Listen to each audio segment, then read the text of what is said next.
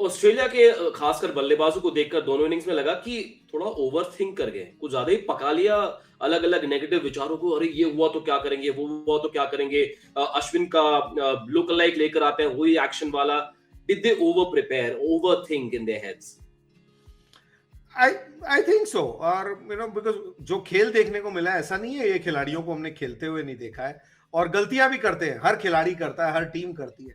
लेकिन जो आपने अभी बात कही है, इसमें मैं पूरा सहमत हूं कि ये मेंटली डिस्ट्रॉय हो गए। और वो शायद जो चर्चा आप पहले दिन जो आपने भी की थी, यहाँ पे भी हो रही थी कि यार विकेट कैसी बनी है, क्या टर्न होगा नहीं होगा, वो उनके दिमाग में रह ही गया। चाहे वो पहले इनिंग थी, चाहे दूसरी इनिंग था, आते आते तक तो वैसे ही बिल्कुल फ्लैट हो गए थे। तो ओवर प्रिपेयर तो कभी भी नहीं हो सकते, क्योंकि preparation is always good.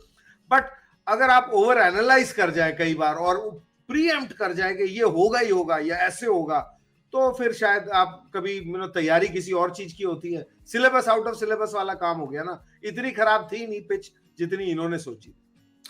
Body language देखकर लग रहा था कि कुछ बल्लेबाज तो अपने दिमाग में पहले आउट होकर आए थे पिच पर पहुंचने के पहले। मानो ये सोचा हो कि भाई होने को कौन टाल सकता। और वो जो टिपिकल ऑस्ट्रेलियन फाइटिंग स्पिरिट जो हम देखते आए हैं पिछले 30-40 सालों में, वो आज बिल्कुल दिखा नहीं सर। बिल्कुल, वो कहीं पे भी नहीं देखा फाइटिंग स्पिरिट।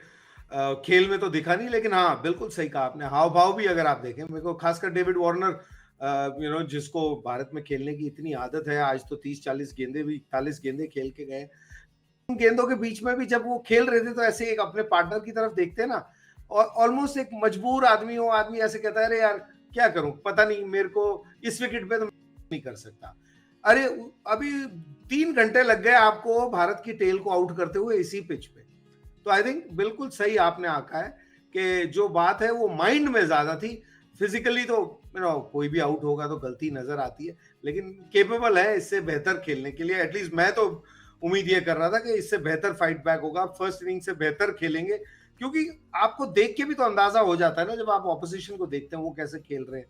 गेंदबाजी में जैसे आप देखते हैं, कई बार आप लेंथ फर्स्ट इनिंग में गेंदबाजी अलग कर जाते हैं, दूसरे को देखते हैं तो आप जल्दी सीखते हैं उससे। यहाँ पे तो सीखने की बजाय आई थिंक और वो एक शेल में चले गए। और आई थिंक मैं फिर वहीं जाऊंगा जहां शुरू हुई ना ये सीरीज, जब आपने उस टॉस पे अपनी टीम 11 पिक की थी, उस टाइम से ही आपको कई चीजें, ये प्रीएम्प्टेड भी जो आपने जिक्र किया, वो नजर आ गया। ट्रेविस हेड को छोड़ा ये सोच के कि ये स्पिन नहीं खेल पाएगा, ये खेल पाएगा। तो जब आप प्रीएम्प्ट करने लगते हैं स्पॉट में, हाँ हमारा काम है हम यहाँ बैठ के प्रीएम्प्ट करें या एनालाइज करें, बट जब खिलाड़ी है उसको तो इंस्टिंक्टिव ही रहना चाहिए।